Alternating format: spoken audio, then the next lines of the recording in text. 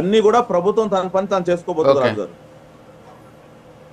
Okay. Venkatareddy గారు good morning sir. ముందుగా మీకు అభినందనలు. ఎందుకంటే మరొకసారి మీరు రాష్ట్ర అధికార ప్రతినిధిగా నియమితులయ్యారు. సో మీకు ముందుగా ప్రైమ్ 9 న్యూస్ నుంచి అభినందనలు. సో ఓకే, ఓవరాల్గా ఏంటి అసలు దీనికి సంబంధించి నిజంగా మన రాఘవేంద్ర గారు చెప్పినట్టు అది కాకతాళీయమైనటువంటి ఒక కలయిక అయి ఉండొచ్చు కదా? నిజంగానే ఈ మీరు చేస్తున్నటువంటి ఆరోపణలలో నిజం ఉందనుకోవచ్చా? అసలు ఏం జరిగింది అసలు బిహైండ్? ముందుగా థ్యాంక్ యూ అండి మీకు రాజు గారు. అట్లానే ప్యానెల్లో ఉన్న అందరికీ సార్ నా వాయిస్ రీసౌండ్ మీకు ఓకేనా? ఓకే ఓకే సార్ మాట్లాడండి. ముందుగా మీకు ప్యానెల్లో ఉన్న అందరికీ అట్లానే ప్రైమ్ 9 ప్రేక్షకులందరికీ గుడ్ మార్నింగ్. ఇప్పుడు నేను కుక్కలు బిస్కెట్లు సాక్స్లు ఈ దగ్గరికి వెళ్ళట్లేదు కానీ మరి పొద్దునే బాగుండదు. తెలుగుదేశం ఆయన సామెతతో స్టార్ట్ చేశాడు. నేను కూడా అట్లా చేస్తే మరి రోతగా ఉంటుంది, ఇంకా వాళ్ళకంటే లేదు కాబట్టి. ఇప్పుడు విజయసాయి రెడ్డి అనేటటువంటి అంశాన్ని ఇప్పుడు నిన్న మీరు మాట్లాడిన ఇందాక ఇంట్రడక్షన్ లో వైఎస్ఆర్ కాంగ్రెస్ పార్టీ సోషల్ మీడియాలో ఇప్పుడు మీరు ప్లే చేస్తున్నటువంటి వీడియోలు అన్నింటినీ ఈ సీసీ ఫుటేజ్ అంతా బయట పెట్టారు. ఫస్ట్ అసలు మా దగ్గరకు రాలేదండి. ఈ వైర్ అనేటటువంటి ఒక పత్రిక ఏదైతే ఉందో ది వైర్ అనేటటువంటి పత్రిక దీని మీద ఈ వీడియోలతో సహా ఒక కథనాన్ని ప్రచురించింది. ఏదో పలానా డేట్ లో ఇది పలానా సీసీ ఫుటేజ్ అని చెప్పి ది వైర్ పత్రిక ప్రకటించింది. ఆ వైర్ పత్రిక నేను ఒక ఆర్టికల్ వేసింది. ఇమీడియట్ గా మరి ఖచ్చితంగా దాని మీద మేము కూడా రియాక్ట్ అవుతాం కదా. వైర్ పత్రిక కాబట్టి ఇంకో పత్రికలో వచ్చినా మేము రియాక్ట్ అవ్వాల్సిందే కదా. ఏ పత్రిక వచ్చినా మా మీద నెగిటివ్ వచ్చినా మాకు పాజిటివ్ వచ్చినా లేదంటే అక్కడ ఏం జరుగుతున్నా దాని మీద పొలిటికల్ పార్టీగా రియాక్ట్ అవ్వాలి. కాబట్టి విజయసాయి రెడ్డి అనే అతను మొన్నటిదాకా వైఎస్ఆర్ కాంగ్రెస్ పార్టీలో ఉండి 3.5 సంవత్సరాలు రాజ్యసభ సభ్యత్వం ఉన్నా కూడా వదులుకొని, ఎందుకంటే రాజ్యసభ అనేది చాలా పెద్ద పదవి. రాజ్యసభ కంటే పెద్ద పదవి ఏముంటది కేంద్ర మంత్రి తర్వాత, ఇక తర్వాత ప్రధానమంత్రి కదా. సో రాజ్యసభ లాంటి పదవి వదులుకొని 3.5 సంవత్సరాలు ఉండగా ఆయన విచారణకి హాజరైంది. కేవీ రావుకు సంబంధించినటువంటి అంశం మీద విచారణకు హాజరయ్యి లెక్కరలో ఏదో జరిగిపోయిందని చెప్పి ఈయనంతరికి ఈయనే మాట్లాడినటువంటి సందర్భంలో ముందు రోజు ఫలానా విజువల్స్, అది కూడా జగన్మోహన్ రెడ్డి గారికి ఇంటికి దగ్గరలోనే, ఇప్పుడు మీరు చూస్తున్నటువంటి ఆ విజువల్స్ అదే తాడేపల్లిలో జగన్మోహన్ రెడ్డి గారు ఉండేటటువంటి ఇంటికి దగ్గరలోనే అక్కడ ఆ విల్లాల్లోనే ఆశేషగిరిరావు విల్లాలోకి ఇద్దరు వెళ్ళినటువంటి సందర్భం. ఒకటి తెలుగుదేశం పార్టీకి సంబంధించినటువంటి కీలక నాయకుడు టీడీ జనార్దన్, అంటే తెలుగుదేశం పార్టీ ఆఫీస్ మొత్తాన్ని హోల్సేల్ గా ఆయన గుత్తాధిపత్యం ఉంటది, కీలక నేత. నెంబర్ 2 అని చెప్పొచ్చు. కానీ ఆయన తెర ముందు కనపడ్డ ఎక్కువ, తెర వెనకాల ఉంటాడు. చంద్రబాబు నాయుడు గారితో రోజుకు 4-5 సార్లు మాట్లాడగలిగినటువంటి నేత. అలాంటి కీలక నేత TD Janardhan, not Reddy, TD Janardhan. అలానే విజయసాయి రెడ్డి గారు ఒక ఇంట్లో సమావేశం అవటాన్ని మరి ఖచ్చితంగా ఇది కుట్రలో భాగమే అనుకుంటారు కదా ఎవరైనా. లేదండి వాళ్ళిద్దరి మధ్య ఏదైనా బిజినెస్ వ్యవహారాలు ఉన్నాయి, లేదండి వాళ్ళిద్దరూ ఏదన్నా అంటే పెళ్లి సంబంధాలు మాట్లాడుకోవడానికి వాళ్ళ కుటుంబంలో ఏమన్నా వచ్చారు అని అనుకోవడానికి లేదు కదా. విజయసాయి రెడ్డి గారికి పెళ్లి చేసుకునే వయసు లేదు, వాళ్ళ కూతురికి ఆల్రెడీ పెళ్లి అయిపోయింది. టీడీ జనార్దన్ రెడ్డి గారికి కూడా ఇప్పుడు పెళ్లి చేసుకునే వయసు కూడా కాదు కదా. వీళ్ళ పెళ్లి సంబంధాలు మాట్లాడుకోవడానికి వచ్చారు ఇద్దరు, లేదంటే వాళ్ళకి అనేది కాదు. సో మరి దీన్ని బట్టి మేము ఆరోపణ చేసిన దాంట్లో తప్పే ఉంటది. లిక్కర్ కేసుకు సంబంధించినప్పుడు నిజంగా విజయసాయి రెడ్డి గారు చెప్పినటువంటి విధంగానే మనం ఒకవేళ ఆలోచిద్దాం అని అనుకుందాం ఒక నిమిషం. విజయసాయి రెడ్డి గారు ఏమన్నారు, మా ఇంట్లో సమావేశం జరిగిందని చెప్పారు. మరి సమావేశం జరిగినప్పుడు విజయసాయి రెడ్డి గారు కూడా కీలక వ్యక్తే కదా. అప్పుడు ఒకవేళ జరిగింది అనుకున్నాం ఒక నిమిషం, అట్లానే డిస్కస్ చేసి వెళ్దాం, ఎందుకంటే రోజు రాస్తున్నారు కాబట్టి. మరి విజయసాయి రెడ్డి గారిని ఇప్పటి వరకు ఎందుకు అరెస్ట్ చేయాల? సరే రాజుగారు, మీ ఇంట్లో నేను ఇప్పుడు ప్యానెల్లో ఉన్న ఒక ముగ్గురు మేము ఒక డీల్ కోసం వచ్చామండి, మీకు తెలియకుండా మేము రూమ్ లో కూర్చొని మాట్లాడుకుంటావా? మీకు సంబంధం ఉండదా? మీ ఇంటికి వచ్చి మేము డీల్ సంబంధించి మాట్లాడామంటే ఖచ్చితంగా మీరు కూడా దాంట్లో దోషే కదా. ఇప్పుడు ప్యానెల్లో ఉన్న అందరూ ఏం సార్, మరి విజయసాయి రెడ్డి గారు ఇప్పటి వరకు బెయిల్ కూడా నా వాయిస్ కాదు రాజు గారు. ఇప్పుడు ఖచ్చితంగా ఇప్పుడు ఉన్నప్పుడు విజయసాయి రెడ్డి గారు కూడా దాంట్లో దోషే కదా. మరి విజయసాయి రెడ్డి గారిని ఇప్పుడు వరకు విచారణలకు ఎందుకు పిలవట్లేదు, ఎందుకు ఆయన అరెస్ట్ చేయట్లేదు, ఆయన ఎందుకు మరి బెయిల్ కోసం కనీసం అప్లై చేయాల? అంటే అరెస్ట్ చేస్తారన్నటువంటి భయం కూడా లేకుండా విచ్చలవిడిగా తిరగలుగుతున్నాడు అంటే ఏంటి?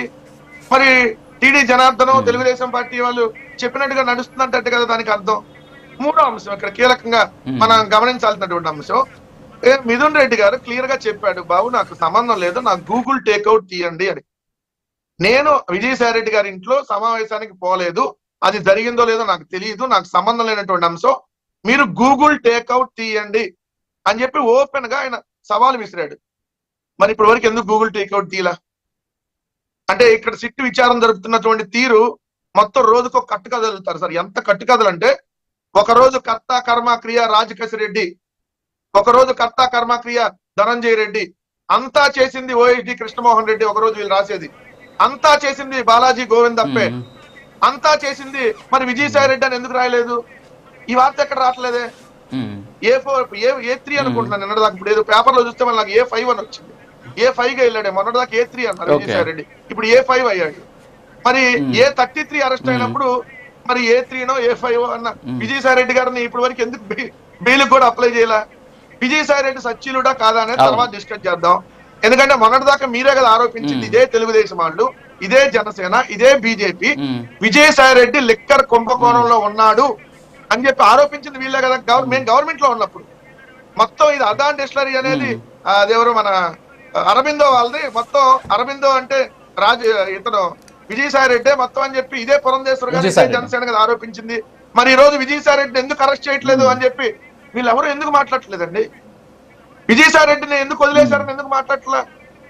అంటే అసలు ఇక్కడ కుంభకోణం లేదు, ఒక కావాలని ఒక చిత్రీకరించేసి ఒక కేసు పెట్టి రోజుకు ఒక కట్టు కదలి, ఓ రోజు బెంగళూరుకి వెళ్ళి డబ్బులు, ఓ రోజు తాడేపల్లి ఇంట్లో కింద ఉన్నాయి డబ్బులు, ఓ రోజు కరకట్ట కొంప వెనకాల ఉన్నాయి డబ్బులు, ఇంకో రోజు ఏమో విదేశాలకు తరలి వెళ్ళిపోయింది, ఇంకో రోజు షెల్ కంపెనీలు, ఇంకో రోజు బంగారం కొన్నారు, ఒక రోజు మొత్తం డేటా అంతా నాశనం అయిపోయింది, ఏమీ తెలియటం లేదు. ఇది రోజుకు ఒక కట్టు కదలి ఈ రాష్ట్రంలో జరుగుతున్నటువంటి అంశాలు, రేపులు గాని మర్డర్లు గాని. నిన్నటికి నేను చూస్తే తెలుగుదేశం వాళ్ళు చంపుకుంటే పిన్నెల రామకృష్ణారెడ్డి గారి మీద కేసు పెట్టారండి. ఎస్పీ చెప్పాడు తెలుగుదేశం ఆధిపత్య పోరులో వాళ్ళిద్దరు ఒకరి మీద ఒకరికి గొడవలు అయ్యి వాళ్ళ నరుక్కొని చంపారని ఎస్పీ ప్రెస్ మీట్ పెట్టినా కూడా ఈ రోజు పిన్నెల రామకృష్ణారెడ్డి గారి మీద వాళ్ళ తమ్ముడి మీద కేసు పెట్టారు. అంటే ఎంత దరిద్రమైనటువంటి దిక్కుమాలినటువంటి తరంగా ఈ ప్రభుత్వం వ్యవహరిస్తుందంటే, ఉత్తర కొరియాలో కిమ్ము బెటర్ అండి వీళ్ళకంటే చాలా. ఉత్తర కొరియాలో కిమ్ కంటే నియంత్రణంగా దారుణంగా వ్యవహరిస్తానడానికి ఈ కేసులు ఇవే ఉదాహరణ కదా. రోజుకొకరు అరెస్టు, మాజీ మంత్రి కాకాని గోవర్ధన్ రెడ్డి అరెస్టు, లేదంటే మాజీ ఎంపీ నందిగామ సురేష్ అరెస్టు, మాజీ ఎమ్మెల్యే పిన్నెల రామకృష్ణారెడ్డి గారు అరెస్టు, మాజీ ఎమ్మెల్యే వల్లభనేని వంశీ అరెస్టు, లేదంటే ఫలానా వాళ్ళ అరెస్టు, ఫలానా వీళ్ళ అరెస్టు. రోజుకొక కేసులు అరెస్టులు తప్ప ఏమన్నా ఉందా? ఓపెన్ ఛాలెంజ్ తెలుగుదేశం పార్టీకి కానీ కూటమి ప్రభుత్వానికి కానీ, 4 ఏళ్ల టైం ఉంది. ఇంకా దమ్ముంటే మీకు ఇక్కడ లెక్కర్లో స్కామ్ జరిగిందని నిరూపించి శిక్షలు పడేటట్టు చేయండి. దమ్ముంటే కేసులు పెట్టి అరెస్టులు చేస్తే అది శిక్ష పడినట్టు కాదు, అది నిరూపించినట్టు కాదు. కేసు పెట్టినంత మాత్రాన, లేదంటే 4 రోజులు జైలుకి వెళ్ళి వచ్చినంత మాత్రాన, లేదంటే మీరు అన్నట్టుగా రిమాండ్ లేసి, లేదంటే వాళ్ళు మీ అంతా మీరు కట్టుకథలు రాసినంత మాత్రాన ఇక్కడేదో జరిగిపోయినట్టు కాదు. నేను క్లియర్ గా చెప్తున్నా, ఈ రోజు మీకు దమ్ముంటే నిరూపించండి, తప్పుడు కేసులు పెట్టి కాదు. మా హయాంలో లిక్కర్ స్కామ్ జరగలేదు, జరిగింది మీ హయాంలోనే. మేము ఆధారాలతో సహా మన జగన్మోహన్ రెడ్డి గారు ప్రెస్ మీట్ పెట్టి 2.5 గంటల పాటు మీరు ఏ విధంగా ఏ బ్రాండ్లు తీసుకొని వచ్చారు, ఇప్పుడు మీరు తీసుకొచ్చిన బ్రాండ్లు ఏంటి, మీరు ఏ డిస్టిలరీకి ఎంత ఇచ్చారు, ఏ విధంగా మీరు మద్యానికి సంబంధించినటువంటి మార్జిన్ ని, ఏదైతే మద్యం దుకాణదారులకి విచ్చలవిడిగా 14% మార్జిన్ ఎట్లా ఇచ్చారు, ఎలా కుంభకోణం జరిగింది. లెక్కల కేసులో బెయిల్ మీద బయట ఉన్నారు ఈ రోజు ప్రస్తుత ముఖ్యమంత్రి చంద్రబాబు నాయుడు గారు. చంద్రబాబు నాయుడు గారు తెలుగుదేశం జనసేన. ఇప్పుడు ప్రస్తుతం మన రాష్ట్ర ముఖ్యమంత్రి చంద్రబాబు నాయుడు మద్యం కేసులో A3గా నవంబర్ 23, 2023 సంవత్సరం బెయిల్ మీద బయట ఉన్నాడు. ఈ రోజు బెయిల్ మీద ఉన్న మద్యం కేసులో బెయిల్ మీద ఉన్న చంద్రబాబు నాయుడు గారు, మీరు మీ పార్టీ మళ్ళీ జగన్మోహన్ రెడ్డి గారి హయాంలో ఏదో జరిగిందని చెప్పి తప్పుడు ప్రచారం చేస్తే దయచేసి ప్రజలు కూడా గమనించమని చెబుతున్నా. మద్యం కేసులో బెయిల్ మీద బయట ఉన్నటువంటి ముఖ్యమంత్రి చంద్రబాబు నాయుడు గారు చంద్రబాబు నాయుడు గారు తనకు సంబంధించిన ఎలక్షన్ అఫిడవిట్ లో కూడా ఎక్కడ ఈ మద్యం కేసు చూపించలేదు. కొత్తగా జగన్మోహన్ రెడ్డి గారు ఈ మద్యం కేసు ఉందని చెప్పి చెప్తున్నారు. అదేదో ఒకసారి ఎస్పీవై రెడ్డికి సంబంధించినటువంటి అంశం ఏదో ఒకటి మాత్రం నాకు గుర్తుంది, కానీ ఎక్కడ కూడా నేను మొన్న అఫిడవిట్ అంతా చూసాను. అఫిడవిట్ లో ఎక్కడ కూడా ఈ మద్యం కేసును ఎక్కడ కూడా చెప్పినటువంటి పరిస్థితి లేదు. అదేమన్నా మీకు ఐడియా ఉందా సార్ వెంకటరెడ్డి గారు? నవంబర్ 23, 2023 బెయిల్ వచ్చింది సార్. నేను మీకు వీడియోలో కూడా పంపిస్తాను. మధ్యాహ్నం కేసుకు సంబంధించి చంద్రబాబు నాయుడు గారు ఏదైతే స్కిల్ డెవలప్మెంట్ అప్పుడు అరెస్ట్ అయ్యాడో, ఆ స్కిల్ డెవలప్మెంట్ అరెస్ట్ అయిన తర్వాత మద్యం కేసు, ఆల్రెడీ అమరావతికి సంబంధించినటువంటి భూముల కేసు, వీటన్నిటికి సంబంధించి తర్వాత బెయిల్ వచ్చింది ఆయన. సో బెయిల్ మీద ఈ రోజు బయట ఉన్నారు మద్యం కేసుకు సంబంధించి. ఆయన A3, A1 ఏమో మన ఎక్సైజ్ శాఖ ప్రిన్సిపల్ సెక్రటరీ, A2 నేమో కొల్లు రవీంద్ర, A3 నేమో చంద్రబాబు నాయుడు గారు. దాని మీద ఆల్రెడీ బెయిల్ మీద బయట ఉన్నాడు. ఓకే.